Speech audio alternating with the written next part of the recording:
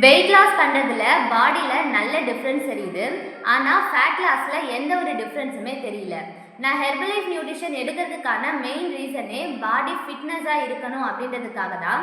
ஆனால் இது வரைக்கும் பாடியில் எந்த ஒரு ஃபிட்னஸுமே கிடைக்கல. ஸோ இதுக்கு நீங்கள் ஹெர்பலைஃப் நியூட்ரிஷனில் என்ன ப்ராடக்ட் எடுக்கணும் அப்படின்றத பற்றி தான் இந்த வீடியோவில் நான் உங்களுக்கு சொல்ல போகிறேன். நீங்கள் இது வரைக்கும் நம்ம சேனலை ஃபாலோ பண்ணலைன்னா மறக்காமல் ஃபாலோ பண்ணிக்கோங்க. Weight loss, fat loss, inch loss இந்த மூணுமே உங்கள் பாடியில் பர்ஃபெக்டாக நடக்கணும் அப்படின்னா நீங்கள் 3 டேப்லெட்ஸை கட்டாயம் எடுக்கணும்.